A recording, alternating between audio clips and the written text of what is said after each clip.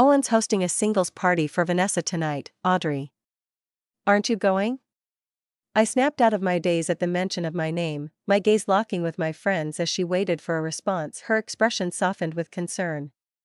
Have you and Owen been fighting? You've been looking distracted lately. I shook my head. Just then, my phone rang. It was an incoming call from Owen Shepherd. A painful twist hit me when I saw the familiar number on the screen. It took me a few long seconds before I finally answered. Owen's voice came through the line, distant and flat. Vanessa just broke up with her boyfriend, so we're not inviting anyone's partner tonight. I don't want you to show up and make her feel worse. I bit my lip so hard I could taste the blood, that sharp, metallic tang grounding me at the moment. Whatever Owen said next was drowned out. I fought to ignore the pain and maintained a calm tone as I interrupted him. Got it. I won't be there. Actually, I've got a work trip to Faldora, so I won't be around anyway. Owen fell silent for a moment, perhaps caught off guard by my not arguing about not being able to show up before Vanessa Cottle. His tone softened after a few beats. You've really learned to be sensible. A sharp bitterness bloomed within me, and I fought to keep the tears from breaking free. My friend stared at me in disbelief. I could feel her surprise. Everyone knew how much I loved Owen and how I'd lost myself in him, but this time, I didn't cling to him with desperation, didn't start a fight over Vanessa, and didn't let my insecurities slip through. My friend immediately noticed how off I looked. She sighed and silently poured me a glass of water. I drank it in one go, feeling the warmth spread through my body, easing the chill that had settled in. I smiled at her, packed up my things from the table, and began booking a flight. So, you're actually going to Faldora? She asked. I responded with a soft hum, my voice thick with the weight of my emotions. I've wanted to go for ages. This is the right time, so I might as well make the trip. My friend was still staring at me with concern, so I forced a smile and pulled her into a tight hug. The warmth of her body was all it took for my tears to break free. She didn't know the cause of my slump, but she gently patted my back, murmuring comforting words. I'm done loving Owen. I'm so tired of it, I said quietly. She had no idea what had happened, but she went with it. Well, congratulations on your new beginning. My tears came pouring down harder. She had no clue I'd already died once and was given a second chance at life. This time, I was determined to live it better. In my previous life, on the day Owen and I got married, Vanessa ended her life by slitting her wrist in a hotel. He left me behind at the venue and rushed to her side. I thought her death would be the wedge that kept us apart forever. The sight of him so broken over her only deepened my sorrow. I thought we were done for, but instead, Owen held me tight and murmured, "You're the only one I have left, Audrey Miller." After we were married, he treated me like I was the center of his universe. He wouldn't let me do a single chore and did it all himself. Even with a packed schedule, he always made it a point to come home for dinner. He kept his assistants all male, saying it was to avoid unnecessary misunderstandings or drama. My friends couldn't stop talking about how lucky I was to have such a perfect man. I, too, felt incredibly fortunate to have Owen in my life, but on our 10th anniversary, I found myself dead at his hands.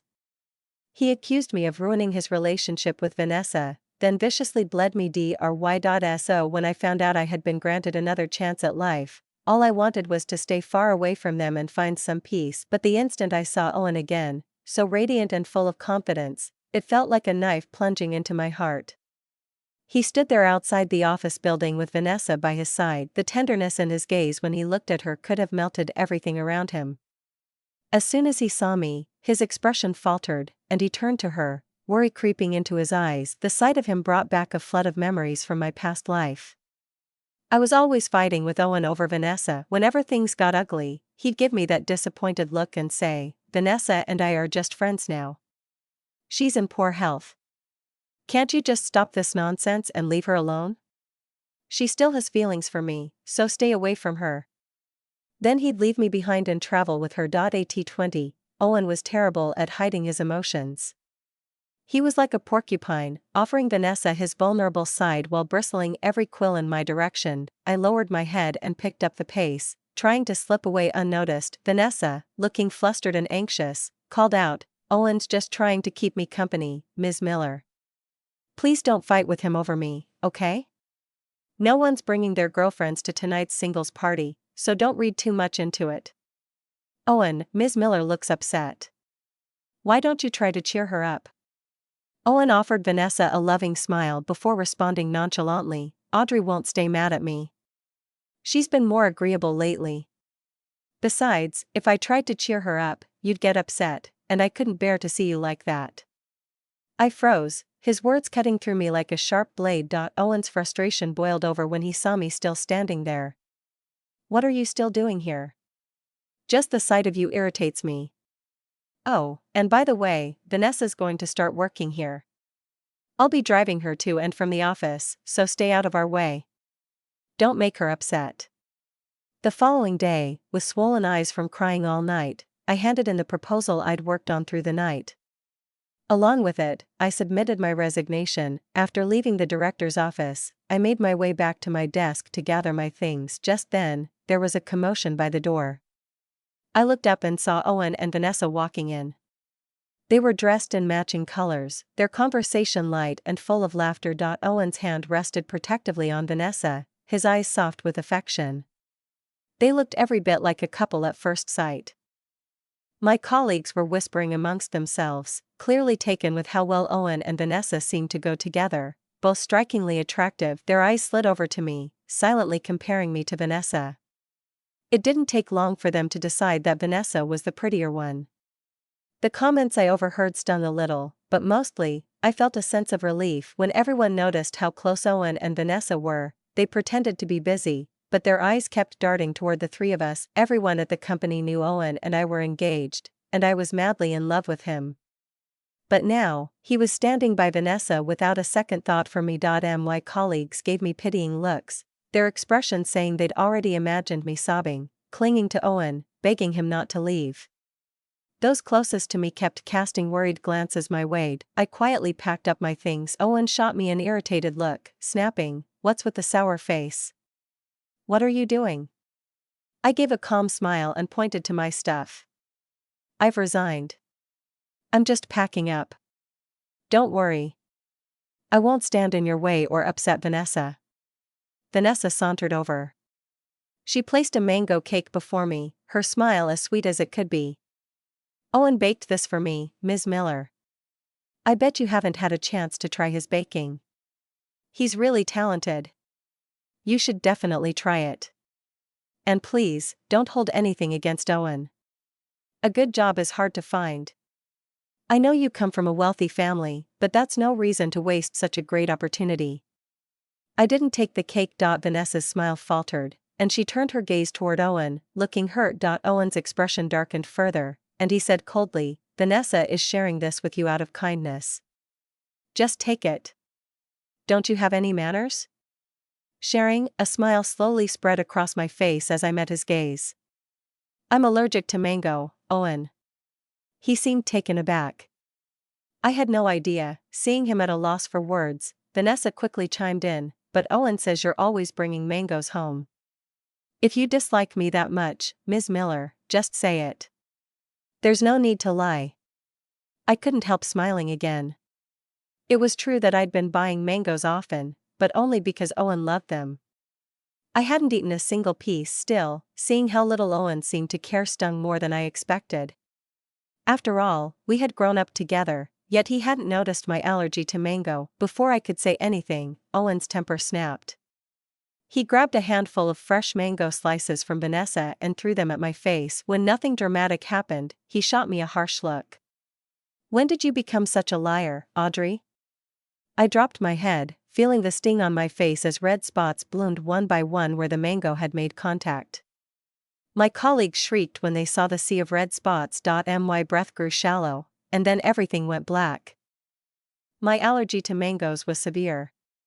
The mere scent of it was enough to make me feel uneasy, and having fresh mangoes touch my skin would have been a total nightmare. By the time I regained consciousness, I found myself in a hospital bed. Owen stood by my side, looking both guilty and anxious. I had no idea. "I'm sorry," he mumbled. I stayed silent. He stared at me as if sensing something wasn't right. I had been shutting him out and staying far from him these days. A flicker of panic crossed Owen's face before he poured me a glass of water. Why does it seem like you've changed, Audrey? I looked up at him. The face I had once loved across 2 lifetimes now felt utterly unfamiliar. It's you who's changed. I've stayed the same, I said flatly. Owen let out a frustrated sigh, but his voice softened. All I said yesterday was to stop bothering Vanessa. I didn't ask you to quit your job. Vanessa just started at the company, and she doesn't know anyone, so I'm just looking out for her. By the way, how's that proposal going? Why don't you hand it over to Vanessa? She could use it more than you at this point. I smiled wryly. So, Vanessa takes my fiancé, and now she's coming after my proposal, too? Owen's face clouded with disappointment. Vanessa and I are just friends now. Why won't you drop this, Audrey? Do you have any idea how controlling you're being? It feels suffocating to be in the same city and country as you. I lifted my head and met his gaze. Then, I opened my phone and showed him my immigration application. Don't worry. I'm applying for immigration to Almoria. You'll never have to see me again, I spoke clearly, making sure he understood every word. Owen stayed silent, his eyes locked on mine, his expression unreadable. I thought he'd be happy I was leaving, but there was no sign of relief on his face. The bitter grin spread across my face. He couldn't even bring himself to smile at me anymore. Fatigue weighed heavily on me, and I was just about to ask him to leave when his phone buzzed. He glanced at it, his expression instantly hardening. After a long pause, he said, "Let's put the engagement on hold. Vanessa's health hasn't been great lately, and she needs me. I can't bear the thought of her being unhappy." I nodded, not caring anymore since I had no intention of getting engaged with him.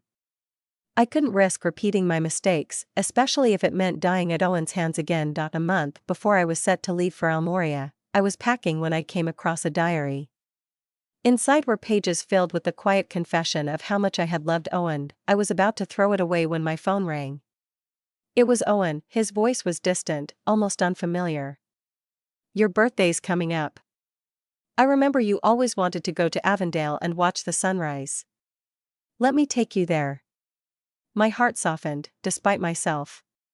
For years, Owen had been both family and lover to me. Even at a time when his hatred for me ran deep, he had once stayed by my side, watching over me day and night when I was seriously ill. I owed it to him to at least say goodbye properly. I reached the renowned observation deck in Avondale early on my birthday, waiting for Owen's familiar face. But he never came. Neither did the sunrise. Instead, an earthquake shook the ground beneath me. Humans were nothing more than fragile beings in the wake of a natural disaster.